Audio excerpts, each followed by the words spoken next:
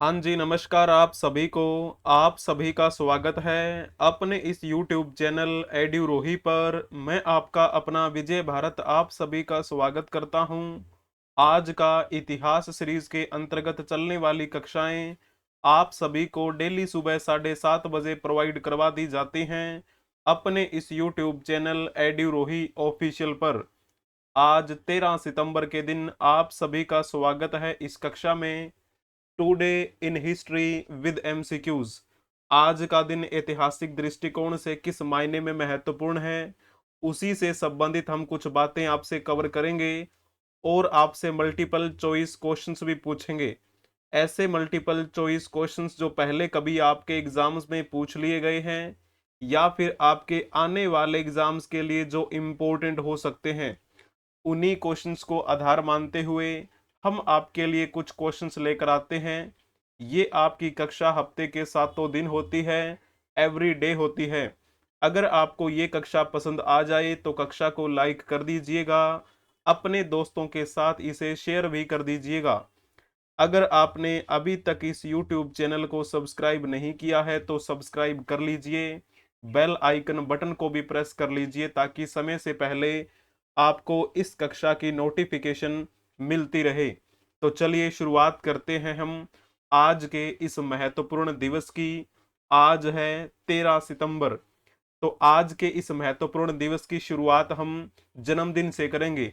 जिनका आज जन्मदिन है, जिन्होंने हमारे भारतवर्ष में कुछ अहम अपना योगदान दिया है और उनसे संबंधित क्वेश्चन आपसे पूछे जा सकते हैं, पूछे जाते रहे हैं। इस श्रृंखला को हम करंट अफेयर्स के साथ अपडेट करते हुए आपको बताएंगे। तो चलिए सबसे पहले बात कर लेते हैं इनके बारे में। नाम है इनका भारती पवार। भारती प्रवीण पवार इनका नाम है। आज इनका जन्मदिन है। ये किस भूमिका में रही थी, तो ये राज्य मंत्री के रूप में कार्य कर चुकी हैं। कब से कब तक राज्य मंत्री रही? 7 जुलाई 2021 में ये राज्य मंत्री बनी थी। कौन से मंत्रालय में? स्वास्थ्य एवं परिवार कल्याण मंत्रालय में राज्य मंत्री के रूप में इन्होंने कार्य किया था। 13 सितंबर 1978 को इनका जन्म हुआ था। कहाँ पर इनका जन्म हुआ? तो आप कहेंगे नासिक में। और ये जो नासिक है कहाँ पर है? महाराष्ट्र में। तो मूल रूप से ये महाराष्ट्र से बिलोंग करती हैं। और कौन सी पार्टी से हैं ये? भारतीय जनता पार्टी की ये एक राजनीतिज्ञ हैं। स्वास्थ्य एवं परिवार कल्याण मंत्रालय में इन्होंने राज्य मंत्री के रूप में कार्य किया। ये पहली बार लोकसभा चुनाव जीतकर उस समय संसद में पहुंची थी। तो ठीक है ना। जब जुलाई 2021 में प्रधानमंत्री नरेंद्र मोदी ने अपने मंत्रिमंडल का विस्तार किया था और कुछ फेरबदल किया था, उस समय इनको स्वास्थ्य एवं परिवार कल्याण मंत्रालय में राज्य मंत्री के रूप में नियुक्त किया गया था। ये आप इनका ऑफिशियल ट्विटर एक्स हैंडल देख सकते हैं। यहाँ पर इन्होंने लिखा भी हुआ है, former union MOS for health and family welfare and tribal affairs. तो ये इनका ऑफिशियल ट्विटर एक्स हैंडल है। अगर आपसे ये पूछा जाए कि वर्तमान समय में स्वास्थ्य एवं परिवार कल्याण मंत्रालय में राज्य मंत्री किसे नियुक्त किया गया है, तो फिर आप किसका नाम लिखेंगे? हमने बात की है पूर्व राज्य मंत्री जो कि इस मंत्रालय में रहीं। तो अब आप ये बताइएगा कि वर्तमान में इस मंत्रालय में कौन राज्य मंत्री की भूमिका निभा रहे हैं। अगर आपने लिखा होगा ऑप्शन ए, तो फिर आपने बखूबी अच्छा जवाब दिया है। वहीं जब हम बात करें अर्जुन राम मेघवाल के बारे में, ये भी अभी वर्तमान में राज्य मंत्री की भूमिका निभा रहे हैं। कौन से मंत्रालय में ये राज्य मंत्री की भूमिका निभा रहे हैं? तो आपको लिख देना है संसदीय कार्य मंत्रालय का नाम। और वैसे अगर देखा जाए संसदीय मामलों के मंत्रालय में कैबिनेट मंत्री कौन है, तो फिर आप किसका नाम लिखेंगे? तो किरण रिजिजू का नाम आएगा। ठीक है ना। जब हम अर्जुन राम मेघवाल की बात करते हैं तो इनके पास एक और कार्यभार सौंपा गया है। कानून एवं न्याय मंत्रालय में स्वतंत्र प्रभार से ये राज्य मंत्री भी बनाए गए हैं। क्लियर हुआ आपको? अब चलो हम बात कर लेते हैं कमलेश पासवान के बारे में। कमलेश पासवान जो हैं ये कौन से मंत्रालय से संबंधित हैं? तो ये भी अब राज्य मंत्री की भूमिका निभा रहे हैं, ठीक है ना।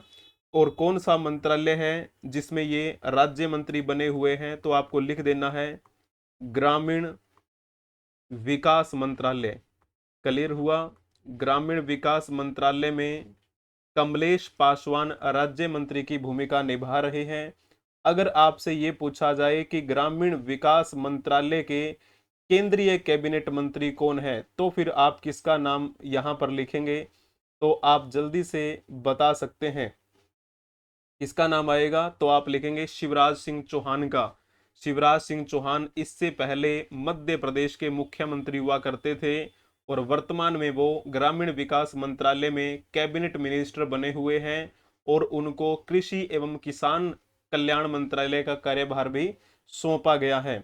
जब हम बात करें रामदास अठावले की, तो रामदास अठावले जो हैं एक ऐसे सांसद हैं जो एक कॉमेडियन भी हैं। इनके बोलने का तरीका आपने जरूर देखा होगा, एक बार सर्च करके देख लीजिए। शायरी के साथ ये बातें कवर किया करते हैं अपनी। तो ये भी राज्य मंत्री की भूमिका निभा रहे हैं। कौन से मंत्रालय में है ये राज्य मंत्री के रूप में? तो आप लिखेंगे सामाजिक न्याय एवं अधिकारिता मंत्रालय। सामाजिक न्याय एवं अधिकारिता मंत्रालय में राज्य मंत्री की भूमिका निभा रहे हैं रामदास अठावले। वहीं जब आपसे ये पूछ लिया जाए कि सामाजिक न्याय एवं अधिकारिता मंत्रालय के केंद्रीय कैबिनेट मिनिस्टर कौन है, तो फिर नाम किसका आएगा? डॉक्टर वीरेंद्र कुमार का नाम आएगा, ठीक है ना। तो ये पॉइंट आपको ध्यान में रखना है। सभी मैंने आपको पॉइंट बता दिए हैं।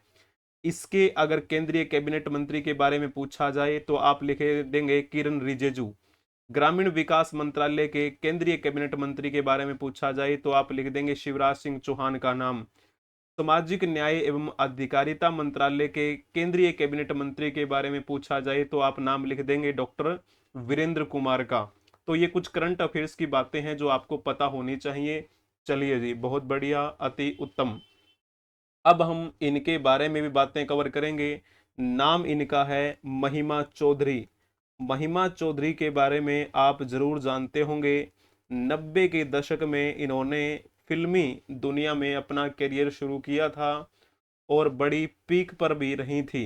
हालांकि ज़्यादा मूवीज़ में ये काम नहीं कर पाई, लेकिन जहाँ जहाँ जिन मूवीज़ में इन्होंने काम किया वो बड़ी बेहतरीन मूवीज़ हैं, आपने ज़रूर देखा होगा।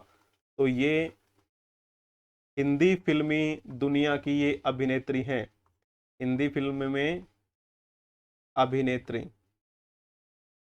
और काफी लंबे समय के बाद इनकी फिर से वापसी हुई है एक मूवी में जो अभी आपको देखने को मिलेगी। तो पहले थोड़ा सा इनके बारे में मैं बता देता हूं। इनका जन्म आज ही के दिन हुआ था 1973 में, ठीक है ना। तो जैसे बात करें, महिमा चौधरी ने अपना फिल्मी करियर रिक्त स्थान में फिल्म प्रदेश से शुरू किया था। तो क्या आप बता सकते हैं कब से शुरू किया इन्होंने अपना ये करियर? तो बात है ये 1997 की, जब ये मूवी आई थी और इसमें शाहरुख खान मुख्य भूमिका में थे। और भी कई मूवीज हैं जिनमें महिमा चौधरी ने अभिनेत्री के रूप में कार्य किया है, जैसे कि दिल है तुम्हारा, धड़कन, दाग द फायर, बागबान, दिल क्या करे, कुरुक्षेत्र। ये सारी बहुत बेहतरीन मूवीज हैं, शायद आपने देखी भी हों। अब महिमा चौधरी दोबारा से एंट्री ले चुकी है बॉलीवुड की दुनिया में। ये इनका फोटो आप देख पा रहे होंगे, काफी अभी तो इनकी उम्र हो चुकी है। लेकिन एक मूवी है इमरजेंसी, जो थिएटर में आपको, जैसे इसका ट्रेलर भी लॉन्च हो गया था 14 अगस्त को, इसमें मुख्य भूमिका निभाएंगी जो आपको पता है हिमाचल प्रदेश की अभिनेत्री हैं कंगना रनौत। कंगना रनौत, अनुपम खेर और इस प्रकार से और भी कई अभिनेता हैं इसमें मुख्य भूमिका निभाएंगे। इमरजेंसी आपको पता है इंदिरा गांधी के समय भारत में लगाई गई थी, तो इसमें इंदिरा गांधी की भूमिका निभाएंगी ये कंगना रनौत। और उसी मूवी में काम कर रही हैं महिमा चौधरी, यहाँ पर लिखा भी हुआ है पुपुल जयकर की भूमिका निभा रही हैं ये। तो देखते हैं इस मूवी में क्या रहता है इनका किरदार। आज इनका जन्मदिन है, इनको जन्मदिन की ढेरों सारी शुभकामनाएं। चलिए जी, अब हम इनके बारे में बातें कवर कर लेते हैं। क्या नाम है इनका? एन किरण कुमार रेड्डी। एन किरण कुमार रेड्डी का नाम आपने जरूर सुना होगा। तो सबसे पहले आपको बता देते हैं इनका जन्म आज ही के दिन 1960 में हुआ था। 1960 में इनका जन्म कहाँ पे हुआ? हैदराबाद में हुआ था। और ये हैदराबाद उस समय किसका हिस्सा हुआ करता था? आंध्र प्रदेश का हिस्सा हुआ करता था। लेकिन 2014 में जब तेलंगाना आंध्र प्रदेश से अलग करके एक राज्य बना दिया गया, तो हैदराबाद को तेलंगाना में शामिल करते हुए तेलंगाना की राजधानी स्थापित कर दिया इसको। ठीक है ना? तो यानी कि वर्तमान की दृष्टि से अगर देखा जाए तो एन किरण कुमार रेड्डी का जन्म तेलंगाना में हुआ था। और आपको पता है 2014 से पहले तेलंगाना नहीं था, आंध्र प्रदेश राज्य हुआ करता था। और ये जो एन किरण कुमार रेड्डी हैं, ये भारतीय राष्ट्रीय कांग्रेस की तरफ से आंध्र प्रदेश के मुख्यमंत्री रहे थे। कब से कब तक सीएम रहे? तो यहां पर मैं लिख देता हूं, चलो। आंध्र प्रदेश के सीएम की भूमिका इन्होंने निभाई। कब से कब तक ये सीएम बने? तो आपको यहां पर लिख देना है 25 नवंबर 2010 से लेकर 1 मार्च 2014 तक ये आंध्र प्रदेश के सीएम रहे थे। और आपको पता है फरवरी में जब तेलंगाना राज्य की घोषणा हुई थी कि तेलंगाना अलग राज्य बन जाएगा, लेकिन फिर क्या हुआ था? फिर इन्होंने इस्तीफा दे दिया और इन्होंने भारतीय राष्ट्रीय कांग्रेस को भी छोड़ दिया। तो इस प्रकार इनकी कहानी है।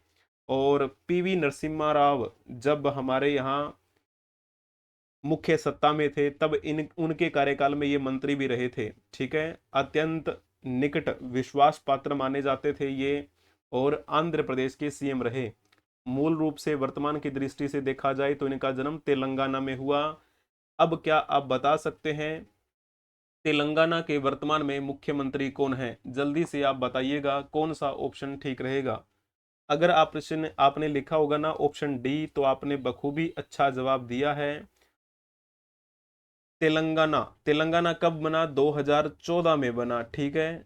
राज्य के रूप में अस्तित्व में आया। उससे पहले आंध्र प्रदेश था। और वर्तमान में जो आंध्र प्रदेश का हिस्सा बच गया है ना, उसमें सीएम कौन बने हुए हैं? तो आप कहेंगे नारा चंद्रबाबू नायडू बने हुए हैं। और ये टीडीपी पार्टी के अध्यक्ष हैं, तेलुगु देशम पार्टी के अध्यक्ष हैं। ठीक है जी। चलो, पिनरई विजयन की बात करते हैं तो ये वर्तमान में केरल के मुख्यमंत्री की भूमिका निभा रहे हैं। इन्होंने कुछ ही समय पहले अपनी केरल की विधानसभा में एक प्रस्ताव पेश किया था, जिसमें इन्होंने कहा था कि केरल का नाम बदलकर केरलम कर दिया जाना चाहिए, क्योंकि उनकी स्थानीय भाषा में केरलम शब्द यूज किया जाता है, केरल नहीं। अब देखते हैं केंद्र सरकार इस पर क्या निर्णय लेती है। तो थोड़ा सा आपके बारे में जान लीजिएगा। एन रंगास्वामी वर्तमान में किस राज्य के मुख्यमंत्री की भूमिका निभा रहे हैं? ये क्वेश्चन आपके लिए है। आप बताना इस क्वेश्चन का जवाब। चलिए जी, अब हम बातें कवर करेंगे उनके बारे में जिनकी आज जयंती है या फिर जिनकी पुण्यतिथि है। तो सबसे पहले बात करेंगे जयंती है जिनकी आज, उनके बारे में। तो ये किरदार आपने जरूर देखा होगा, जरूर सुना होगा इनके बारे में। नाम है इनका प्रभा अत्रे। प्रभा अत्रे का जन्म 13 सितंबर 1932 को हुआ था। कहाँ पे इनका जन्म हुआ? पुणे में। और ये पुणे तो महाराष्ट्र में है। जी हाँ, बिल्कुल, महाराष्ट्र के पुणे में जन्मी थी प्रभा अत्रे, जो आज इस संसार में नहीं है। 13 जनवरी 2024 को ये इस संसार को अलविदा कह गई थी। इसी साल की बात है। और किस रूप में ये जानी जाती हैं? भारतीय शास्त्रीय संगीत की ये गायिका हैं। तो यहाँ पर आप कह सकते हैं भारतीय शास्त्रीय संगीत गायिका हैं ये। ठीक है? एक सिंगर हैं, क्लासिकल सिंगर आप इनको बोल सकते हैं। इनको भारत सरकार द्वारा कई पुरस्कारों से सम्मानित किया गया, जैसे कि पद्म श्री, पद्म भूषण, पद्म विभूषण। तो आप इनके बारे में एक प्यारा सा क्वेश्चन बताने का प्रयास करेंगे। सबसे पहले आपको बता देते हैं कि ये किराना घराने से संबंधित हैं। ठीक है, कई बार ऐसा पूछा जा सकता है, प्रभा अत्रे किस घराने से संबंधित हैं, तो नाम लिख देना आप किराना। किराना ये घराना है, उस घराने से संबंधित है। अब आपको बताना है कि इनको किस वर्ष पद्मश्री दिया गया, किस वर्ष पद्म भूषण दिया गया और किस वर्ष पद्म विभूषण दिया गया। तो अगर आपने लिखा होगा ऑप्शन ए तो आपने बखूबी अच्छा जवाब दिया है। 1990 में इनको भारत सरकार के द्वारा भारत के चौथे नंबर के सर्वोच्च नागरिक सम्मान पद्मश्री से सम्मानित किया गया। उसके बाद में 2002 में भारत सरकार के द्वारा इनको भारत के तीसरे नंबर के सर्वोच्च नागरिक सम्मान पद्म भूषण से सम्मानित किया गया। फिर 2022 में भारत सरकार ने इनको भारत के दूसरे नंबर के सर्वोच्च नागरिक सम्मान पद्म विभूषण से सम्मानित किया। तो ये पॉइंट आपको इनके बारे में पता होना चाहिए। भारतीय शास्त्रीय संगीत गायिका प्रभा अत्रे, जो कि किराना घराने से संबंधित थी, आज उनकी जयंती है, हम इन्हें नमन करते हैं। तो चलिए अब हम इनके बारे में बातें कवर कर लेते हैं। नाम इनका है शैन वॉर्न। शैन वॉर्न का नाम आप जरूर जानते होंगे, ये ऑस्ट्रेलियाई क्रिकेटर हैं। ऑस्ट्रेलियाई क्रिकेटर, बहुत बेहतरीन नाम कमाया है इन्होंने। हमारे भारत में जब सचिन तेंदुलकर खेला करते थे क्रिकेट, उस समय शेन वॉर्न का नाम भी चरम पर था। और इनको कौन कौन से नाम से जाना जाता है, इनको वॉर्ने भी कहा जाता है, वॉर्ने। इसके अलावा इनको और क्या कहा जाता है, इनको हॉलीवुड भी कहा जाता है, हॉलीवुड। ठीक है ना। तो जैसे थोड़ा बात कर लेते हैं इनके बारे में। इनका जन्म 13 सितंबर 1969 को विक्टोरिया में हुआ था। और ये तो विक्टोरिया आपको पता ही है कहाँ पर है, ऑस्ट्रेलिया में है, ऑस्ट्रेलिया। अब जैसे बात करें इनकी मृत्यु कब हुई थी, 4 मार्च 2022 को मृत्यु हो गई थी थाईलैंड में शेनबोर्न की। ठीक है ना। और कहते हैं कि दाएं हाथ के ये बल्लेबाज थे और अच्छे गेंदबाज की भूमिका भी इन्होंने निभाई। टेस्ट और वनडे क्रिकेट की दुनिया में इनका अहम योगदान है। इनके बारे में आप और भी ज़्यादा जानकारी हासिल कर सकते हैं। ठीक है ना। तो चलिए एक क्वेश्चन आप बताने का प्रयास करेंगे। शेन वॉर्न के द्वारा लिखित पुस्तक कौन सी है, जल्दी से आप इस क्वेश्चन का जवाब देने का प्रयास करेंगे। अगर इसमें आपने लिखा होगा प्लेइंग इट माई वे, तो फिर आपने बखूबी अच्छा, सॉरी इसमें आएगा नो स्पिन लिखना है आपको। ठीक है ना, एक सेकंड रुकिए जरा। नो स्पिन माई ऑटोग्राफी, ये किसके द्वारा लिखी गई है, तो फिर आप इनका नाम लिख सकते हैं। वहीं जब हम बाकी ऑप्शंस के बारे में बातें कवर करें तो aimed India, among India with Virender Sehwag, ये किसके द्वारा लिखित है, हमारे भारतीय धुरंधर बल्लेबाज वीरेंद्र सहवाग के द्वारा ये लिखित एक आत्मकथा है। जब हम बात करते हैं ए टेस्ट ऑफ माई लाइफ, ये किसके द्वारा लिखित है, तो नाम आएगा युवराज सिंह का, है ना। अब आप ये बता सकते हैं क्या, प्लेइंग इट माई वे ये किसके द्वारा लिखित है, प्लेइंग इट माई वे, इसके बारे में भी आपको बताना है किसके द्वारा लिखित है। तो आप कहेंगे यहाँ पर हमारे भारतीय धुरंधर बल्लेबाज सचिन तेंदुलकर, सचिन तेंदुलकर जिनको क्रिकेट का भगवान माना जाता है, तो इनके द्वारा लिखित है ये। तो इस प्रकार आपको ये कुछ बातें जो है ध्यान में रखनी है, कई बार आपसे क्वेश्चन पूछा जा सकता है। अब चलो हम इनके बारे में जान लेते हैं, आज इनकी भी क्या है, जयंती है। नाम इनका रामा स्वामी परमेश्वरन, जो आज इस संसार में नहीं है। इनका जन्म 13 सितंबर 1946 में हुआ था।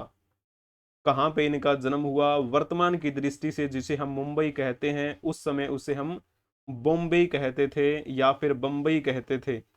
जो कि वर्तमान की दृष्टि से देखा जाए तो महाराष्ट्र में है, वहां पर इनका जन्म हुआ था। और कब तक ये रहे, तो आप कहेंगे 25 नवंबर 1987 को ये शहीद हुए थे। ठीक है ना। कौन सी सेना से संबंधित थे, तो ये हमारी थल सेना में थे। और एक यूनिट का नाम आता है 8 महार रेजिमेंट। तो महार रेजिमेंट के ये क्या थे, सिपाही थे, मेजर की रैंक पे थे ये। तो आप लिख सकते हैं इनके नाम के आगे मेजर रामास्वामी परमेश्वरन। किस समय की बात है, 1987 में ऐसा क्या हुआ था, तो श्रीलंकाई गृह युद्ध के समय इन्होंने शहीदी दी थी, है ना। श्रीलंकाई गृह युद्ध के बारे में भी आपको पता होना चाहिए। लेकिन जब हम इनकी बात करते हैं तो इन्होंने कब से कब तक सेना में अपनी सेवाएं दी थी, तो 1972 से लेकर 1987 तक ये भारतीय सेना में रहे। और 1987 में ही फिर क्या हुआ था, ये शहीद हो गए थे श्रीलंकाई गृह युद्ध के समय। 1987 में ही इनको परमवीर चक्र से सम्मानित किया गया। परमवीर चक्र से सम्मानित इनको कब किया गया था, 1987 में किया गया। और ये पुरस्कार इनको मरणोपरांत मिला था, यानी कि इनकी मृत्यु के बाद मिला था। भारत की सेनाओं ने हमेशा युद्ध के लिए हथियार नहीं उठाए। ठीक है ना। तो जैसे थोड़ा सा आप इनके बारे में और बातें कवर कर सकते हैं। ये ऑपरेशन पवन का नाम भी आपने सुना होगा, जो 1987 से लेकर 1990 तक श्रीलंका में चलाया गया था। और उस समय ये शहीद हुए थे। तो उसी समय की बात है, भारत सरकार ने इनको मरणोपरांत परमवीर चक्र से सम्मानित किया गया।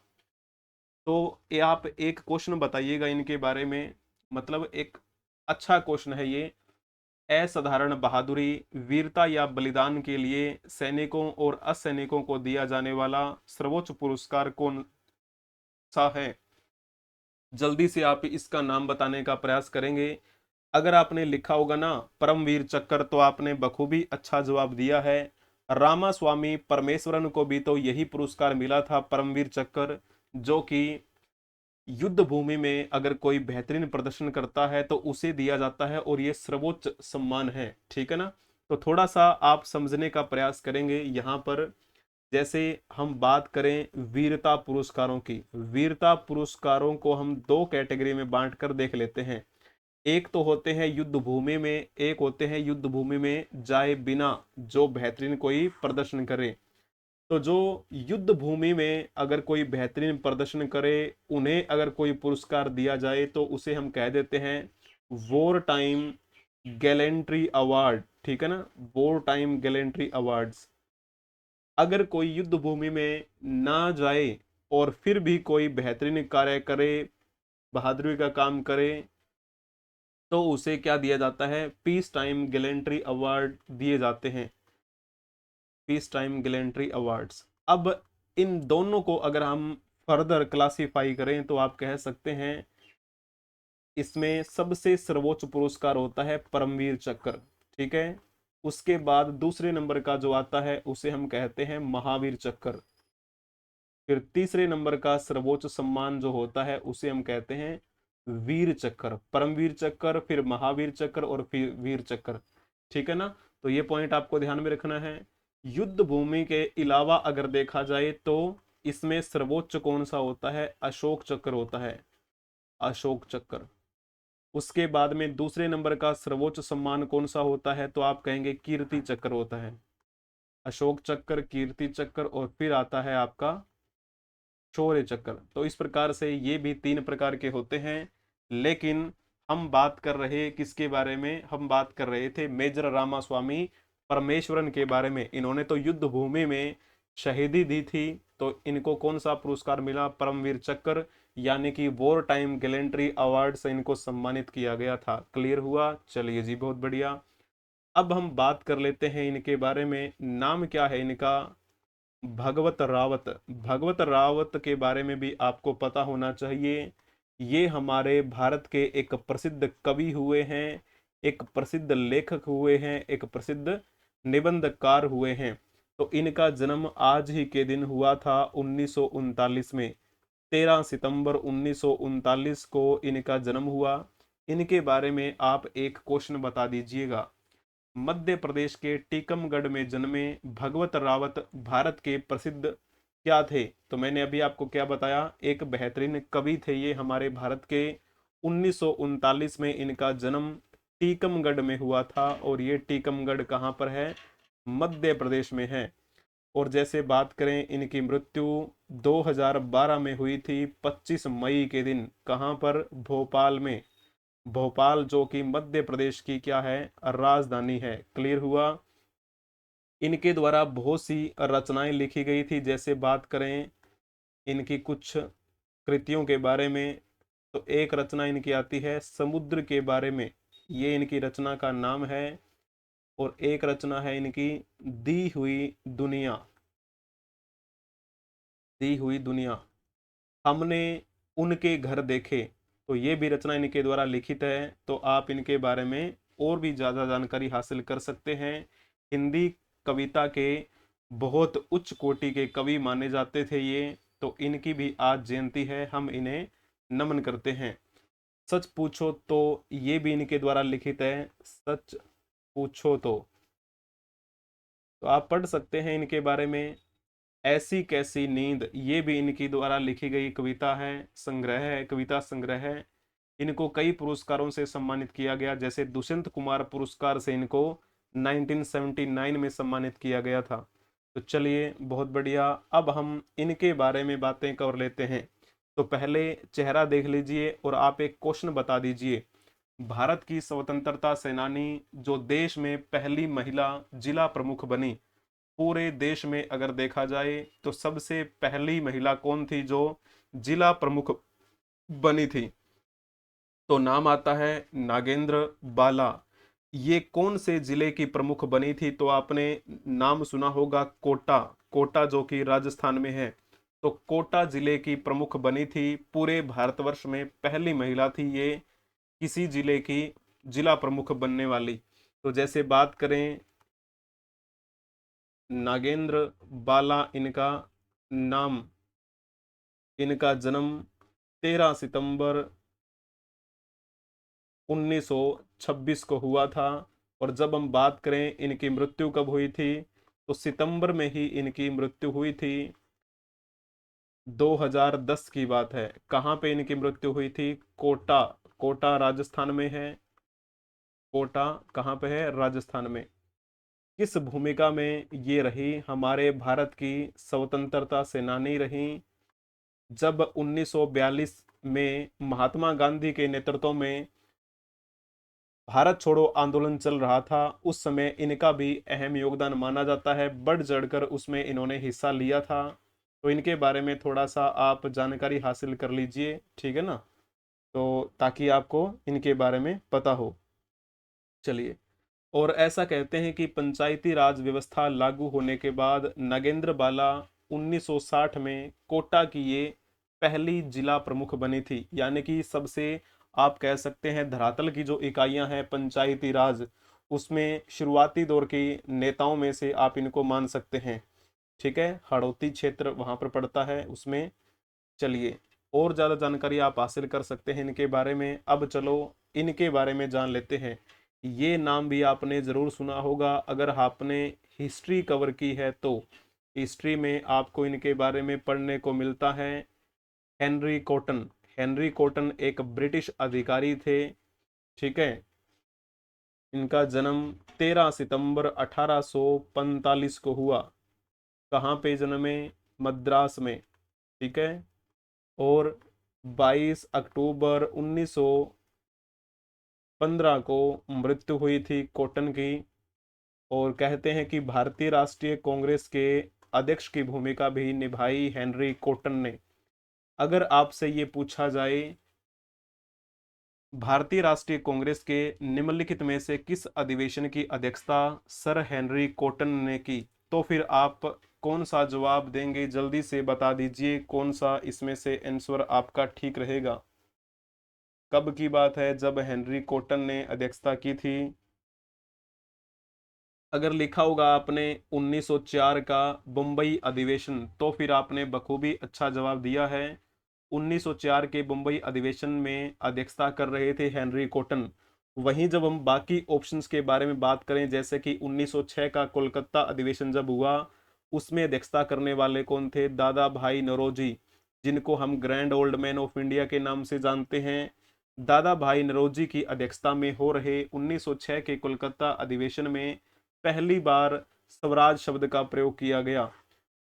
बेलगाम अधिवेशन 1924 में जब हुआ था, उसमें अध्यक्षता करने वाले व्यक्ति कौन थे? तो नाम आता है महात्मा गांधी का। महात्मा गांधी ने अपने जीवन में केवल एक बार भारतीय राष्ट्रीय कांग्रेस के अधिवेशन की अध्यक्षता की थी, और वो अधिवेशन 1924 का बेलगाम अधिवेशन था। जीवन में केवल एक बार अध्यक्षता की थी महात्मा गांधी ने। फिर देख लीजिए ऑप्शन डी में क्या लिखा है, कानपुर अधिवेशन 1925। तो 1925 के कानपुर अधिवेशन में अध्यक्षता किसने की थी? सरोजनी नायडू, जो कि एक भारत की महिला थी। अगर आपसे पूछा जाए कि भारतीय राष्ट्रीय कांग्रेस के अधिवेशन में अध्यक्षता करने वाली पहली भारतीय महिला कौन थी, तो फिर नाम आता है सरोजनी नायडू का। अगर सिंपली ऐसे पूछा जाए कि पहली भारतीय महिला अध्यक्ष कौन थी, तो फिर नाम आता है एनी बेसेंट का। एनी बेसेंट पहली महिला अध्यक्ष बनी थी भारतीय राष्ट्रीय कांग्रेस के अधिवेशन में अध्यक्षता करने वाली। और ये कब की बात है? 1917 की बात है, जब कोलकाता में अधिवेशन हो रहा था। 1917 के कोलकाता अधिवेशन में पहली बार किसी महिला ने अध्यक्षता की, नाम था एनी बेसेंट, जो कि भारत की नहीं थी। ठीक है ना, ये एक आयरिश महिला थी। बात हो रही है भारतीय राष्ट्रीय कांग्रेस के बारे में, तो आप एक क्वेश्चन ये बता दीजिए, भारतीय राष्ट्रीय कांग्रेस की स्थापना कब हुई थी? अगर लिखा होगा आपने 1885, तो फिर आपने बखूबी अच्छा जवाब दिया है। 28 दिसंबर 1885 को बॉम्बे के गोकुलदास तेजपाल संस्कृत कॉलेज में भारतीय राष्ट्रीय कांग्रेस की स्थापना हुई थी। किसके नेतृत्व में हुई? तो नाम आता है ए ओ हयूम का। ए ओ हयूम की जब मृत्यु 1912 में हुई, उस समय ए ओ हयूम को भारतीय राष्ट्रीय कांग्रेस का संस्थापक घोषित किया गया था। तो बंबई में स्थापना हुई भारतीय राष्ट्रीय कांग्रेस की, जाहिर सी बात है पहला अधिवेशन भी बम्बई में ही हुआ। तो उसमें अध्यक्षता किसने की थी? तो व्योमेश चंद्र बनर्जी ने अध्यक्षता की थी। पहला अधिवेशन 1885 में बम्बई में हुआ, जिसमें अध्यक्षता व्योमेश चंद्र बनर्जी ने की। उसके बाद में दूसरा अधिवेशन अगले साल 1886 में कोलकाता में हुआ, जिसमें अध्यक्षता दादा भाई नौरोजी ने की थी। उसके बाद में तीसरा अधिवेशन 1887 का मद्रास में हुआ, जिसमें पहले मुस्लिम व्यक्ति बदरुद्दीन तैयब ने अध्यक्षता की थी। चौथा अधिवेशन 1888 में इलाहाबाद उत्तर प्रदेश में हुआ था, जिसमें अध्यक्षता जॉर्ज यूल ने की थी, जो कि पहले अंग्रेज व्यक्ति थे। ठीक है ना, तो इस प्रकार आपको बातें मैंने पहले कई बार बताई हुई हैं, बार बार रिपीट करने की वैसे आवश्यकता कम होती है, फिर भी मैंने वर्बली आपको ये बोलकर बता दिया है। गलती आपकी बिल्कुल भी नहीं होनी चाहिए। तो चलिए अब हम बातें कवर करेंगे उनके बारे में जिनकी आज पुण्यतिथि है। तो सबसे पहले बात कर लेते हैं इनके बारे में। नाम इनका क्या है? भूपेंद्र नाथ बोस। आपने शायद इनका नाम भूपेंद्र नाथ बसु भी पढ़ा होगा, तो घबराने की कोई भी आवश्यकता नहीं है। चाहे बोस कह लीजिए चाहे बसु कह लीजिए, ये वही हैं जिनकी हम अब बात करेंगे। 13 जनवरी 1859 को इनका जन्म कहाँ पे हुआ था? राधा नगर में हुआ था। राधा नगर कहाँ पर पड़ता है? तो आपको पता होना चाहिए, वेस्ट बंगाल में। ठीक है, और इनकी मृत्यु आज ही के दिन हुई थी। 13 सितंबर 1924 को इनकी मृत्यु कहाँ पे? कोलकाता में हुई। और ये जो कोलकाता है, ये हमारे भारतीय राज्य पश्चिम बंगाल की राजधानी है। ये हमारे अविभाजित बंगाल के राधानगर में जन्मे थे। और जैसे बात करें, एक समाज सुधारक भी थे, एक राजनीतिज्ञ भी थे। कौन सी पार्टी से बिलोंग करते थे ये? इंडियन नेशनल कांग्रेस से संबंधित थे। इन्होंने भी भारतीय राष्ट्रीय कांग्रेस के अधिवेशन में अध्यक्षता की थी। तो क्या आप इनके बारे में बता सकते हैं कि कौन से अधिवेशन में भूपेंद्र नाथ बोस ने अध्यक्षता की थी? तो कौन सा ऑप्शन इसमें से ठीक रहेगा, जल्दी से बताने का प्रयास आप करेंगे। अगर आपने लिखा होगा मद्रास अधिवेशन 1914 तो फिर आपने बखूबी अच्छा जवाब दिया है। चलो बाकी ऑप्शंस के बारे में बातें कवर कर लेते हैं। कोलकाता अधिवेशन जो 1911 में हुआ था, उसमें अध्यक्षता करने वाले व्यक्ति कौन थे? पंडित विष्णु नारायण धर थे उसमें। पंडित विष्णु नारायण धर की अध्यक्षता में हो रहे 1911 के कोलकाता अधिवेशन में पहली बार जन गण मन अधिनायक जय हे गाया गया था। उसके बाद में जैसे बात करें 1917 का कोलकाता अधिवेशन जब हुआ, इसमें पहली बार ऐसा कुछ खास हुआ जो इससे पहले कभी नहीं हुआ था। इसमें अध्यक्षता करने वाली पहली महिला बनी थी एनी बेसेंट। इससे पहले किसी भी महिला ने अध्यक्षता नहीं की थी, पहली बार कोई महिला अध्यक्ष बनी। कौन थी वो? एनी बेसेंट, जो कि एक आयरिश महिला थी।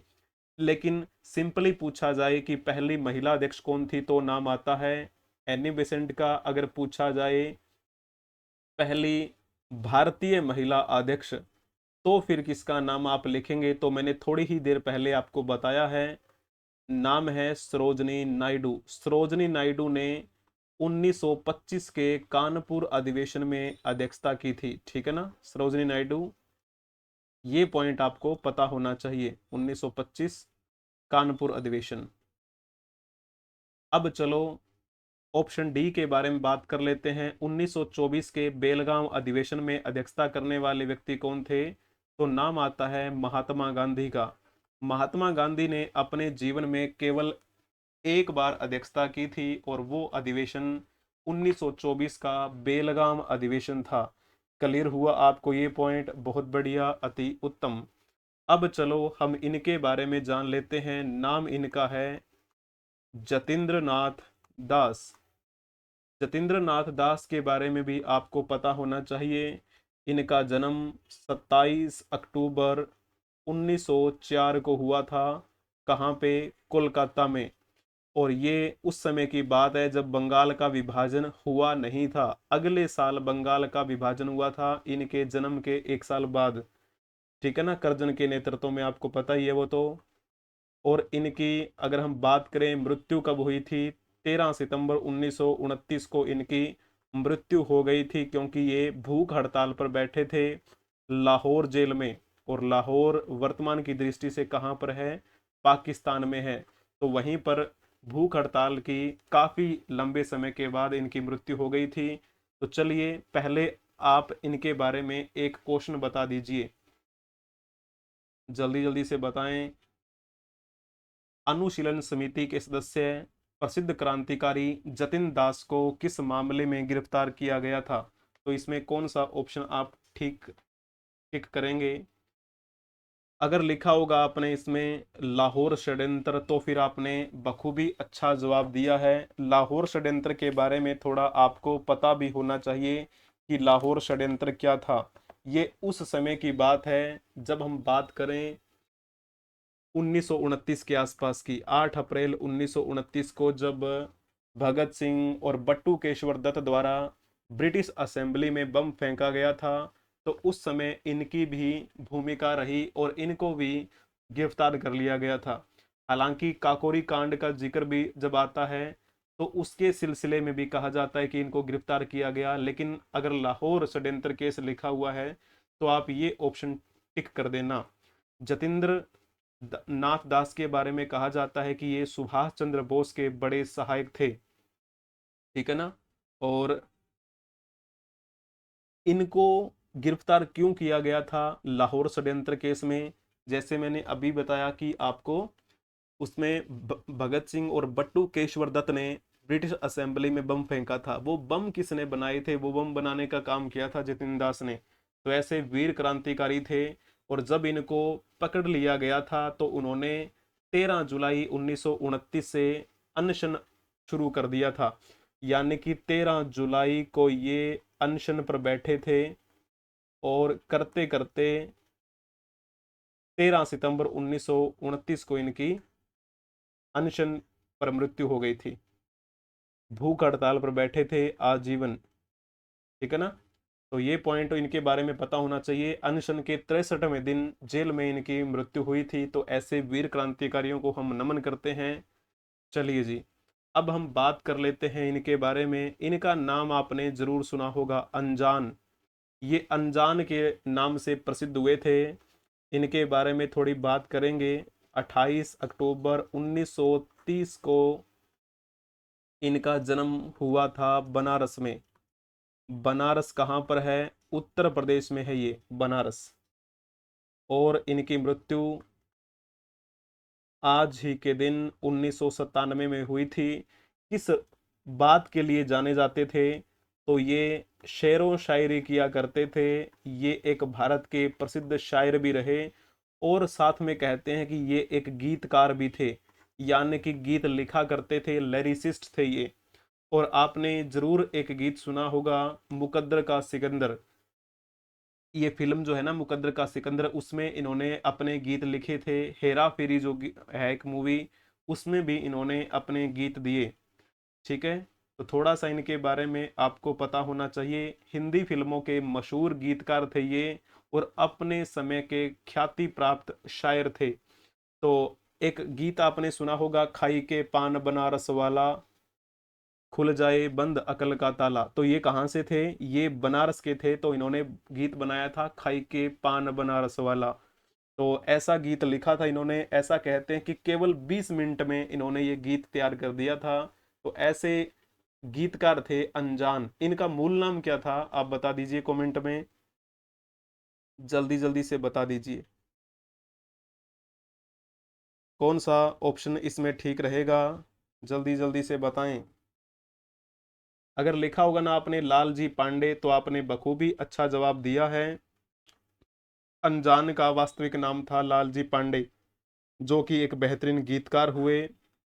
जॉन प्रकाश राव, ये किस नाम से प्रसिद्ध हुए बॉलीवुड में? जॉनी लीवर का नाम आपने सुना होगा ना। जॉनी लीवर जो भारत के बड़े बेहतरीन कॉमेडियन हैं।